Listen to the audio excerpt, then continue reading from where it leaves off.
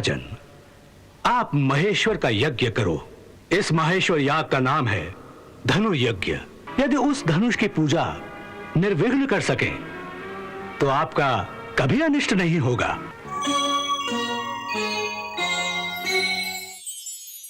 जिस दिन किसी यदुवंशी के हाथ में उसका गुरु उसे तलवार देता है तो सिर्फ एक ही शर्त रखता है कि परिणाम के भय से जिस दिन वो अपने कर्तव्य का पालन करने से डर जाएगा तो ये तलवार नदी में फेंक देगा, क्योंकि ऐसे कायर मनुष्य को तलवार धारण करने का कोई अधिकार नहीं होता। और मैं ये तलवार फेंकना नहीं चाहता, क्योंकि मेरी वीरता और मेरा कर्म दोनों इस समय मुझे यही कहते हैं कि यदि वो बालक नंदगोप का ही पुत्र है तो उस निर्दोष की हत्या करना या करवाना महापाप है, और ये महापाप मैं करना नहीं चाहता।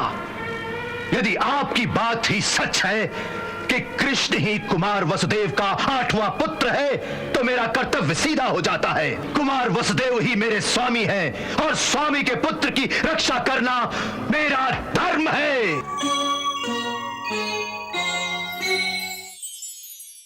अक्रूर? हाँ महाराज, वो यादव कुल का एक शक्तिशाली सरदार है और वो उन सब में समझदार है और सब उसकी बात मानते हैं। वो महाराज शूरसेन को ही अपना स्वामी मानता है और अपने स्वामी से वो कभी भी द्रोह नहीं करेगा, चाहे उसे कितना ही प्रलोभन दिया जाए। महाराज, लोभ तो हर प्राणी में होता है, अंतर केवल मात्रा का है।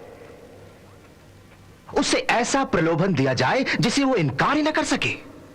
उसे हमारे अधीन राज्यों में से किसी एक देश का राज्य दे दीजिए। वो राजभक्त है, परंतु अंधविश्वासी भी नहीं। वो पूरा राजनीतिक है और एक सच्चे राजनीतिक की भांति वो महत्वाकांक्षी भी है। उसकी महत्वाकांक्षा पूरी कर दीजिए, वो आपका साथ देगा।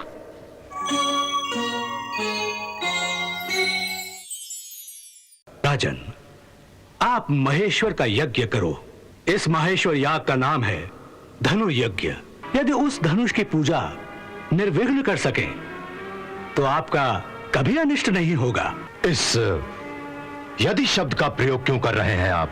क्या उसकी पूजा निर्विघ्न होने में आपको कोई शंका है?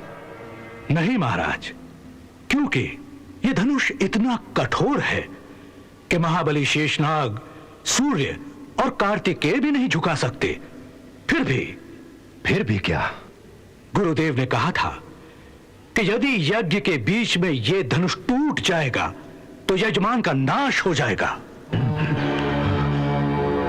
परंतु उन्होंने यह भी कहा था कि नारायण के सिवा इस धनुष को कोई नहीं तोड़ सकेगा।